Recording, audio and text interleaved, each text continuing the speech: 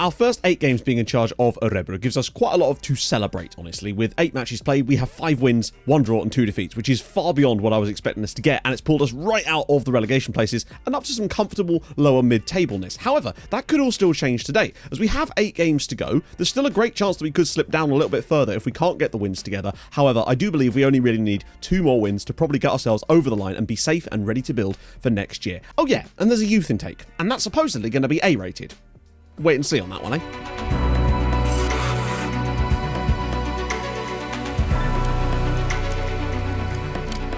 As always, if you have been enjoying the series, do be sure to smash the like on the video. That is tremendously helpful, helps people find the channel. You know the drill. So, Varberg's away from home. In fact, before that, good news. And that is that the Arona Undai deal has gone through. £83,000. He will be joining us in the off-season. I think that is just stonks for us. He may not be the quickest, but I mean, this guy's mentals at the age of 20. He is absolutely spectacular.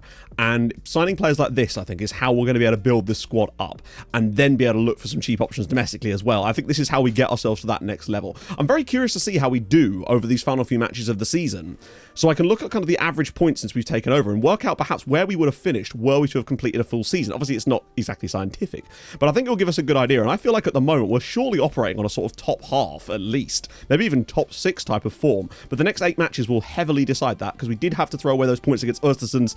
Hopefully that doesn't happen today, because this is one of the 2 matches I've earmarked as surely dead cert wins. That's what we're going to hope to do today. My God, that's a lot of yellow cards. It's a lot of yellow cards. We do have a bid on Joao Benayo. He has a £1.1 million release clause. Now, the thing about Joao Benayo, I think there's going to come a time where he might be a player I actually will move on, but I don't think that time is just yet, because he is on such huge wages for this club. It's nearly £7,000 a week here. But compared to everyone else, that's an awful lot. I don't really want to sell him now, obviously. I think that we can get rid of the release clause maybe, but the problem is the contract would probably require to be even bigger.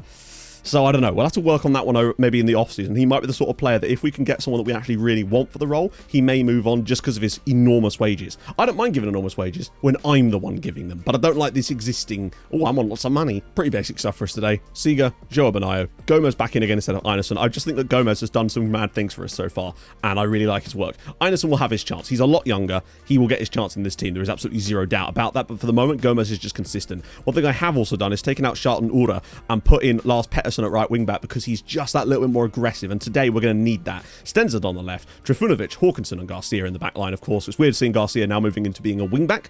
Oh, sorry, the wide centre-back, but he actually does the role quite nicely, in all honesty. And Denaire, of course, in goal. But I really like our back 3. Those guys are really stable as all hell. And, of course, Tudor Georgie. Oh, he's going to get an upgrade soon. He'll be Victorian Georgie. Then Georgian Georgie. I'm seeing this team come together in a way that I really, really like. And I think there's a lot more that we can do with it, but it's just nice to have such a basic, like a base level that we can build a great squad around. And I think what we've got at the moment, even though our form in the last 5 hasn't actually been that spectacular, I think we just have to get, I really just think 2 more wins and we'll be absolutely fine. Because I do think, though, that it is going to require potentially 30 plus points to actually avoid the relegation playoff game, given that Östersunds are on 21 now. I think you are going to need at least 30, if not more. And I strongly believe that we're more than capable of doing that, given that we've already got, 16 from our last 8 matches. We're operating on 2 points a game at the moment. I don't expect us to keep that up over the final 8 matches of the season. If we did, that would be absolutely stunning. And we'd end up on what? That would be like close to 40 points. Already through. Pedersen's in. He can't shoot from here, surely. No. Patience brings it back for... Oh, hang on. Seager! Ooh. Straight off the mark, though, for us, nearly. Apparently, Seager means win as well. So, I mean, really, that's quite an appropriate name to have for your striker. If only his name was actually, I score lots of goals every season, please don't drop me. But, you know, I don't know what the Swedish version of that and whether it would fit on his shirt is. Slightly slow start for us here. Are we starting to fade a little bit? I often find that sometimes when we take over at clubs, we have this outrageous burst. And sometimes it doesn't go to plan, like Grota. But then sometimes it does seem to fade and settle in as the team learns the tactical style. It's almost like in the transition period where they're still slightly uncomfortable with it. They're almost slightly better. I wonder if there's a way that you could get them to sort of stay in that kind of level. Just keep them uncomfortable. Put like marbles in their beds at night. Yeah, you won't sleep a wink, but you might play better. Pettersson down the byline. Drops it across to... That's a really bad pass, actually, for Trude Georges. But some lovely work on the edge of the box now. Oh, this is gorgeous. This is lovely football. And Georges on the end of it. Every time we pick the ball up, there's a pass on for Pettersson. Here we come again. Pettersson, it's through for Joao Benayo. Great save from Milias, but this is more like it. We're really settling into this match now and having chances. Pettersson just trying to work half a yard, and he's so good at doing that. Ball in. That's a terrible cross, actually, but Stenson's on it. Very narrow is Stensson, actually. Joao Benayo. Pedersen, back to Joao Benayo, and he's drilled it over the crossbar. One of these is going to have to go in, lads. Like, really like your work over the first 25 minutes, but we are going to need a goal out of that. It's all very pretty. We're painting a lovely picture. It's just of something completely irrelevant. It's like we've been commissioned to do a portrait of the Queen, and here we are doing, like, potato prints currently. Artistic potato prints, I should stress.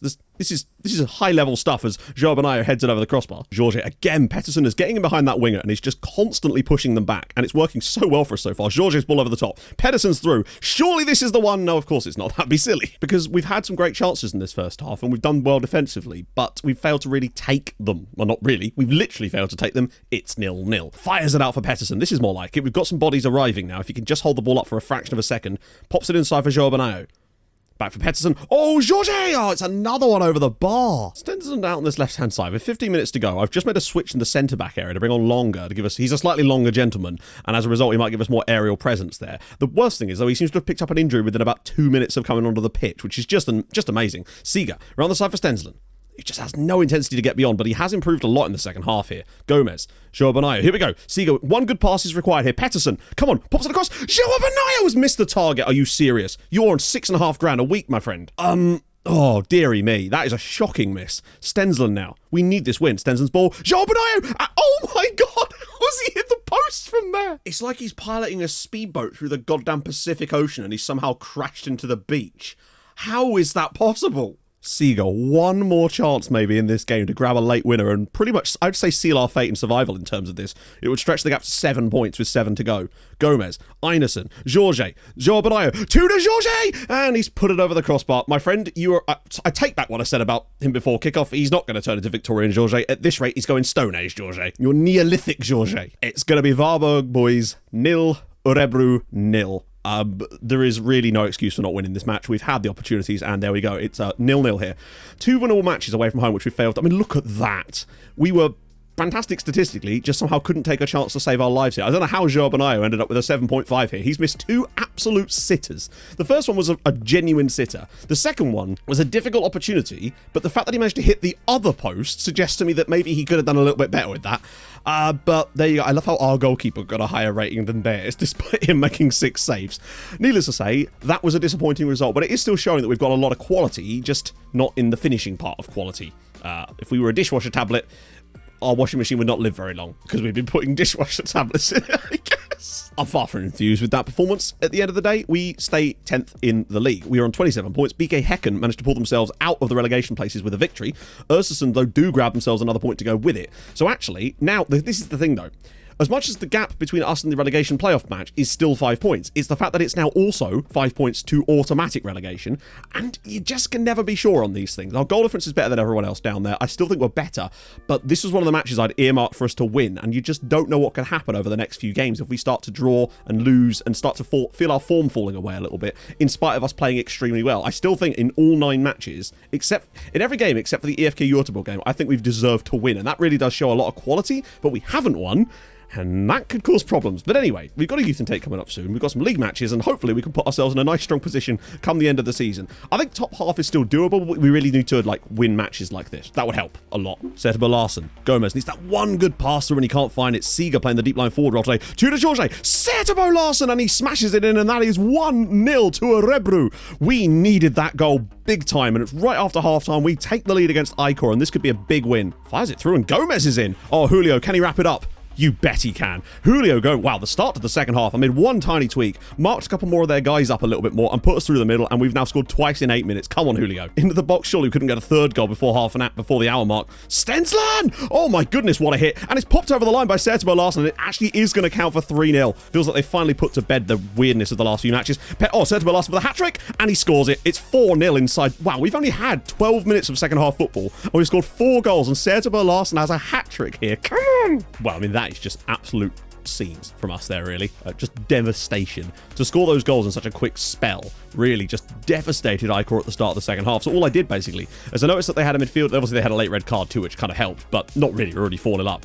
I noticed one of the midfielders was getting a lot of time on the ball. We just triggered the press on him, showed him onto the weaker foot. One of their wide players was also having a similar bit of success. Surely it wasn't... It might have actually been Christensen. I think his rating got destroyed in the second half.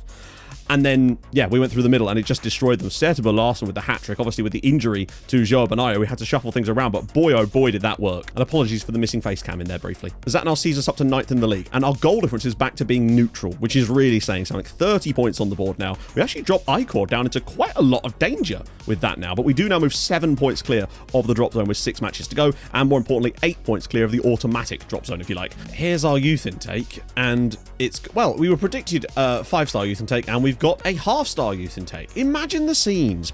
Yeah, Antoine Helene, he looks like the only player. He's a poacher. Usually poachers have decent finishing, right? Oh God.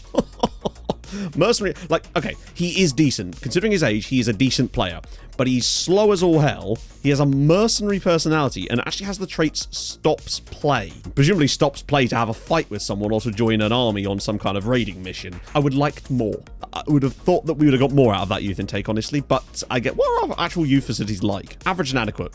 We can't expect too much then, I don't suppose. But I was kind of hoping for a little bit better than that. It always feels like the youth intake preview is just an absolute lie. That'd be a cool feature for F23. That actually either not existing or meaning something. Needless to say, he's fine. That's about it, really. He's fine. Rest of them are kind of just, yeah, bang average, as you'd expect. Flick down. Oh my God, look at the space from Herrera. This is a big chance for Daenerys. He has to say, no, he can't. Really good goal. Marcelo Moreira, 1-0 to EK Sirius. They're a good side. We know that. Playing against Yone Kuralainen on their pitch, of course. He's there playing their right wing back as well. Digs out a good cross. Baka will probably win that. Oh, it's flicked on.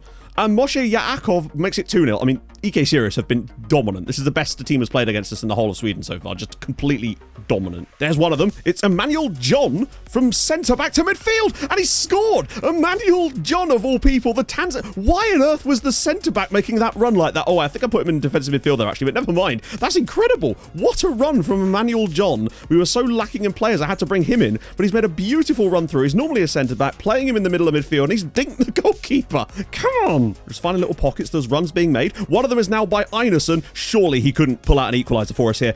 Oh, is it the post? What a chance. I mean, in the end, a 2-1 defeat to EK Sirius. We didn't deserve anything from this match. Second half, though, we had chances. Einarsson hitting the post in the dying seconds didn't help, but they were so good, especially for like the first sort of 40 minutes of this match. They were dominant. Elsewhere, things are getting very congested. At one point, Helsingborg were winning, and they were actually going to move on to 26 points, and we were going to have a situation where we were only going to be 4 points above the relegation playoff match again. As it is, it now stands at 6, 5 matches to go, which I think is okay. One more win, I reckon. One more, and we'll probably be okay. Varbergs are looking absolutely dead and buried at the moment, but BK Häcken now have been on another fantastic run, just like last season, and look like they might once again be able to pull this one out of the ashes and try to stay up. I think half a yard. Seeger drops it short. Oh, Stenson could ping one. Oh, he thought about it. Einarsson might, though. Oh, and Einarsson has. Hoover Einarsson. It's only his second goal. His first one, of course, was that ridiculous one against Norrköping to get the equaliser before we joined the club. And now he gives us the lead in probably our final winnable game, really. Keeps the pressure on. Georges into space. Everyone's kind of retreated a little bit now. Tries to pop it across heel. Oh, he's been fouled. That's surely going to be a penalty. Jusic has just pushed him over. Georges from the spot to give us a vital 2-goal advantage because we've not been that good today. It doesn't matter, though, as Tudor Georges makes it Örebro 2, Västerås 0. And this was probably the goal that would keep us up, I reckon. I mean, that is some result from the lads there. Really huge credit to Daenerys. Like, they had 9 shots on target in the first half. In the second half, they couldn't register a single one on target, and it made a hell of a lot easier for Daenerys. But they should have been out of sight, potentially, in this match, really. The goal from Einarsson was fantastic, and then giving away the penalty, of course, too. It feels like it's a game that, weirdly, we do still deserve, probably, maybe not to win, but we fought hard in this game where we weren't playing particularly well, and we get the result that I believe that is the win that's probably going to keep us up this season. It's just going to be putting that gap just beyond the other teams, even if some miracles happen. I think we're probably safe now, because with that, we now move, 9 points clear of the automatics, or not of the automatics, rather, 11 points clear of that, and then, of course, 9 clear of the playoff game. But look at that, BK Häcken, 31 points they're on now. They were bottom of the league at one point, and now they sit comfortably clear, and it honestly looks like Degerfors are the only side that could conceivably even be drawn back into this. We've still got a chance at catching Västerås now for that 8th spot on a top half finish. Oh, Brunet's already through. He's got a bit of space here, and it's a great finish there from Dominique Brunet. Really good goal for Jules Gordon. They take the lead, and I think they're probably going to be able to get the title today, potentially, with things going their way elsewhere. Georges. Oh, there's a run on through the middle. It's Seeger. He's going to get this. Seeger smashes it home, and Oscar Seeger levels things up here, and we deserve this. We're actually giving the champions and the dominant team in the country a good run for their money. This is more like it. Denise, great delivery. Harun Basic. Oh, what a finish from Shanisha Harun Basic. I guess that's the quality difference that Jules Gordon have. They can just score those kinds of goals. They're ridiculous. Cuts us back inside. We can build a play here, I feel like. Pedersen. Just needs one good ball. Seeger's in again. Can he put it across the keeper? Yes, he can. It's 2-2 here, and it's thoroughly deserved. This honestly could be 3-2 to us. Seeger's been through so many times today, and we've pulled out another great finish. Fires it across. Gomez! It's in! It's Julio Gomez, and it's Joe Gordon 2, Urebru 3, and we deserved it. This has been our best performance of the season. Wow. Going toe-to-toe with these guys is no mean feat. What a win. Away at Djurgården, we've proven that we can already do it. I mean, we were genuinely the better side in this game. We had some great chances in this match. It was very, very even at times. They were able to score some really low-quality chances and just take things. We just had opportunities. We could have had more. Seeger was through on goal multiple times, other than the 2 times he scored. And for Gomez to come up with that win, I mean, that really does officially keep us up. Like, that does. But also, it shows, once again, we've beaten Malmö and Djurgården away from home. This team has something, honestly. It really, really does. I'm very curious to see how our points per game is over this period, until the end of the season, to see what it would have been potentially over the whole year, to see just how far we could actually be up. And basically what I did in that game was I noticed over the first 15 minutes of the match, every time we had the ball with our back 5, or with the back 3 of the defenders, they were pushing their one of their midfielders all the way up to try and track it. It meant that one of our midfield players was basically sat completely open at every possible opportunity, and it meant that there was a clear pass through the middle, and I just told them to play that pass through the middle, and that's why they just constantly did that. Straight through, and then it just completely dominated them after that, which was fantastic news for us. We go up to 8th in the league with that victory, a positive goal difference, no less, as well. We are officially now safe in the Swedish top flight for another season. 36 points on the board is looking very, very good for us. We go 12 points clear of the drop zone. Now, there's still a few teams that could catch us, obviously, over the final few matches. In fact, we could slip all the way down, technically, as far as 12th still. So we're going to have to keep our foot on the gas. But that win there is just absolutely monumental. We're not that far behind Kalmar either. There's still a chance that we could even maybe gain more ground. I think it's unlikely, but I'm super happy with that. Axelsson down the right-hand side for Kalmar. Stenson with a big tackle on in there. That's excellent stuff. And are you serious? Is he going to send him off for that? Referee, if you give a red card for that tackle, I mean, that is a piss take. What? A shocking tackle. He slides in with 1 foot and wins the ball. Eklund, good ball through potentially around the side. We need a big save and we don't get it. Tamas Sabados makes it 1-0 to Kalmar. The 10 men couldn't hold out any longer. We had our chances, but it seems now that that 7th spot is probably going to be moving out of our reach. We're not done yet. One last chance for us potentially. Pettersson showing a lot of pace, whips it all the way through. Zetterberg Larsen, and Pettersson's shot is in the net. Hans Ivan Haugen Pettersson finally scores a goal for us, and it might well give us a chance at still finishing 7th. That is some bailout. And in the end, I really think that is a deserved equaliser. The fact that we managed to play so long with 10 men after Bjarne Stenson was rudely, and for me, completely erroneously sent off in that game. A shocking tackle with 1 foot where he wins the ball cleanly for me.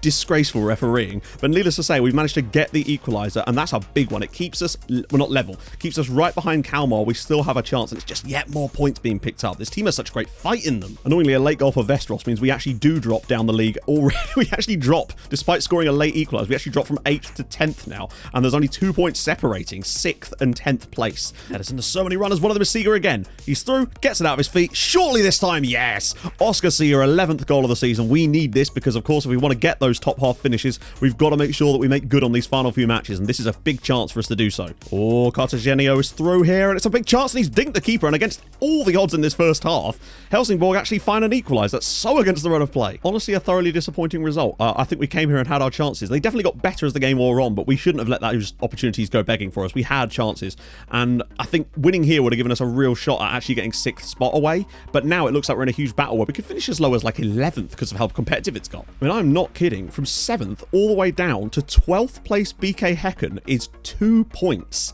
That final day, literally, we could finish as high as 7th or as low as 12th. And that's a lot of prize money depending on what goes on there. And we actually play against Norrköping on the final day of the season. So we just did a little bit of checking, and we've got 28 points from our 15 games in charge at the club so far, which is far and away beyond what I was expecting. If we were able to keep up that PPG over a full season, as things stand, we'd be on 56 points, which would be enough for us to be going into the final day of well, that's over 30 games. So actually, I think that would be enough for like a top 3 challenge if we were to put this together next season and have the same kind of results, which is genuinely very exciting, because I believe that there's a lot of room for the improvement in this squad, and I don't think they're far. I think next year Europe is a serious concern of ours in terms of I think we should be bothering European football. Honestly, they should have been bothering it this year when you look at their expected performance, we're still 5th best on that one as well. I've definitely underperformed on that. If we can sort that out for next year, the right signings, keeping it simple and just bringing in some high quality on the cheap, which is definitely doable with some of the players we've been scouting. I haven't really found any more gems yet, but obviously there's plenty of time for that coming up soon. Scouting's very slow with only 4 scouts. This team definitely is going places, and yeah, I'm feeling very, very confident about our chances of getting some European football. But today, our task is to try to get 7th spot away from Norrköping. A home win will see us achieve that. We've been pretty good lately, to be fair. Still picking up wins, picking up draws, picking up good results for the most part. We haven't lost many matches at all since we took over. I think it's literally 3 matches we've lost out of those 15 games too, which is just brilliant performance-wise. Team selection-wise, unfortunately, we have some suspensions and injuries, so that's going to require some changes. Luckily, it's not the end of the world. However, we are going to have to leave a space on the subs bench due to the fact that we have got so many suspensions and injuries to players that are counted as homegrown, so we cannot field a full bench. So we're definitely going to have to pay attention to next season is that. These guys have massively been struggling in the forms standings lately, whereas we've actually been unbeaten in our last 4, 2 wins, 2 draws in that period as well. But when you look at their form over the last few matches, it's not even that bad. Why is it saying they're 14th in the form standings? That's not bad at all. They've got 3 wins in there. That's more points than we have. I think it really helps that this team already had a plethora of really strong centre-back options, and that's certainly a factor as Seeger's in. Oh, he's tried to dink the keeper, and I think that's been blocked. Fires one out for order on this right-hand side. Stenson's had a poor start again. Oh, it's deflected, and Seeger! Oh my goodness me. This is what I mean. Like, if we could not miss those types of chances, this team would be so much further up the league. Just looking at targets for next season, I really like our defence. The back 3 and substitutes for that kind of area of the pitch. We've got such a great defensive unit with those 3 and other players in there too that I really think that centre-backs is for once not an area that we're particularly needing to look for. Pedersen now through on goal, and he's... Oh my God, hands, please, buddy. Do you know someone in the crowd that you're trying to gift a football to every game? Because it feels like it. I think centre-mids that are more suited to our style are definitely going to help, but it's not like the be-all and end-all right now. Wing-backs for me are crucial to improve this side properly the way I want it to. And I think we just need a striker that is going to be consistent and just has good striking abilities. I've got a guy on trial called Castilla, who was released by Boca Juniors as the ball is played across, and it's a brilliant tackle. No, it's not. It's a penalty. Oh, no. To be fair, that was definitely a penalty. He scythed him down. Mateus from the spot, and it's saved by Denaire, and he's not going to get to the rebound, but it doesn't matter because Mateus couldn't finish it. Denaire, what a man Denaire. He is, and we don't need a new keeper. Denaire is a monster. Fires it across. Trifinovic will clear, and George can bring this away, and he has to find the right pass. He sort of does. Joao Bonayo. Right, find Seeger again. He's already missed an absolute sitter today. What's he got this time? Oh, please. Oh, I beg of you, just score a goal. We've been good in the first half. We've had a penalty save. We've saved a penalty as well. Considering we've only had a very few number of shots, we've actually had some really high quality chances. Okay, let's have a look. So the only player that's really standing out for me, looks to my assistant again. Yeah, okay, I figured so much. They've got 2 guys that are really standing out, and it happens to be both their fullbacks. I actually quite like it when fullbacks stand out like this, because it feels like it's something we actually can do something about. It's harder in the midfield because it does drag people away, whereas the fullback situation, I think if we can press their fullbacks and weaken them a little bit, it will definitely help us here. Everybody else has been kind of average for him, apart from Menduga on this right-hand side, but I don't think he's done enough for me to want to... I might show him on his weaker foot. It feels like the type of game that playing through the middle might definitely work for us. We are keeping a lot of the ball quite nicely, so I will keep on work ball into the box, but the wing-backs are really struggling at the moment. I do wonder if just prioritising playing through the middle would help us alleviate the stress on them a little bit, and we'll see what we can come up with in the second half and see if we can turn this in our favour a little bit more. Not that they've really done much. Almost all of their creativity in the XG was from the penalty, so I guess we're definitely in the ascendancy there. As Hammarby go 2-0 down against Västerås, and it does look at the moment as if they are going to hand the title back to Djurgården again, despite leading going into the final match of the season as Denaire picks it up again. What a guy. Because Djurgården, of course, are winning their game too, and it just looks like it's going to be curtains. But it's 3-0 to Västerås now. Well, Hammarby are just waving goodbye to the title. They came so close, pulled it out the bag, and I think at one point they were actually 6 clear. Oh dear. Well, that's gone well, hasn't it? We mark up Thiago Azevedo, and he's just putting a delicious cross for Kim. And now we trail. Georgia to Bitter. Just needs one good pass. Pedersen. Zetterberg Larsen. Georgia. 2 to Georgia.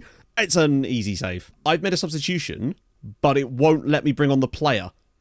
I know it says 79th minute, but I made the substitution in the 70th minute. And every time I check this, it just updates it to say subbed off in the minute that we're in.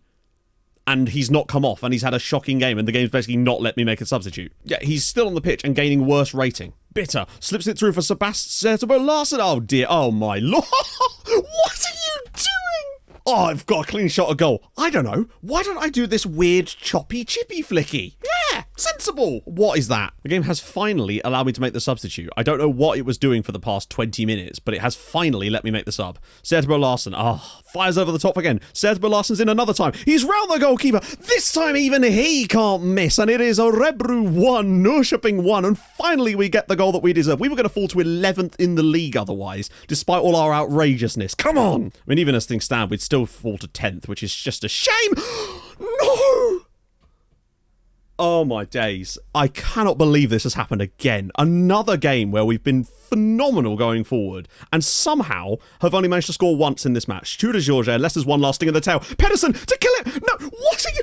Oh no, come on. It's like watching toddlers trying to do biology homework. Just the 3.35. Oh my days. I can't believe we haven't won that match. We had so many chances. I would like to personally thank FM22 for not allowing me to make a substitution for 25 minutes or whatever it was. So yeah, we end up finishing 10th in the league as opposed to 7th, which is where we would have finished. And that's probably cost us like £1 million. Genuinely, £1 million probably, that difference there. 10th in the league, 39 points is only enough for 10th place. Jesus Christ. Still, a very, very impressive result with the fact that we've got, well, not the result itself, but like 16 matches and 29 points is a really good level to take with us into next season. It's just frustrating that we couldn't quite get that over the line. That's it. Also, by the way, we have to acknowledge this. You probably can't see this because of my face cam. At the bottom here, Västerås 6, Hammarby 1. Hammarby lost the title on the final day, bottled it massively by losing 6-1 to a lower mid-table side. What were they playing at? Yeah, statistically in the end, we should have come 4th. So that should give you all you need to know. We weren't that far off a 3rd either. So, yeah, the underperforming by 8 points, the underscoring by 8 goals. We actually got that down to like 4 at one point, but then games like today really do not be helping on that particular front of things. This league is mental and really, really good fun. So we obviously talked a lot about what we want to try to do for next season anyway, in terms of recruitment and whatnot. So it's basically going to be looking at hopefully finding some wing backs, sorting out the striker options. I will just show you that guy we've got on trial, actually. So this is him. This is Francisco Castilla, who I've got on a trial. He's released by Boca Juniors. He's not like the out-and-out striker that we're really looking for, but he is one hell of a deep-lying forward. Reasonable in the air-ish. Actually has decent heading too. Good finishing, great first touch. Not the quickest, but that's fine. Very strong left foot too, which would be kind of useful as well. It would depend heavily on his money and who's he wanted by as well. Viking of Rosenborg. So he's the kind of player that I think would make a very good DLF, but it would depend on the wages he'd be interested in. This team has got a lot to build on. I'm very excited what we can do next season if we could just sort out some of the absolute Benny Hill levels of striking play. So I guess there's that. If you have enjoyed this episode, and I hope you have, drop a like. That'll be fabulous. If you're new to the channel, subscribe too. That'll be gorgeous. We've got transfer window next episode. And of course, I stream on Twitch Tuesdays, Thursdays, and Saturdays. So go follow that too. And I'll see you guys very, very soon. Hold your gun. Capybara. Bye-bye.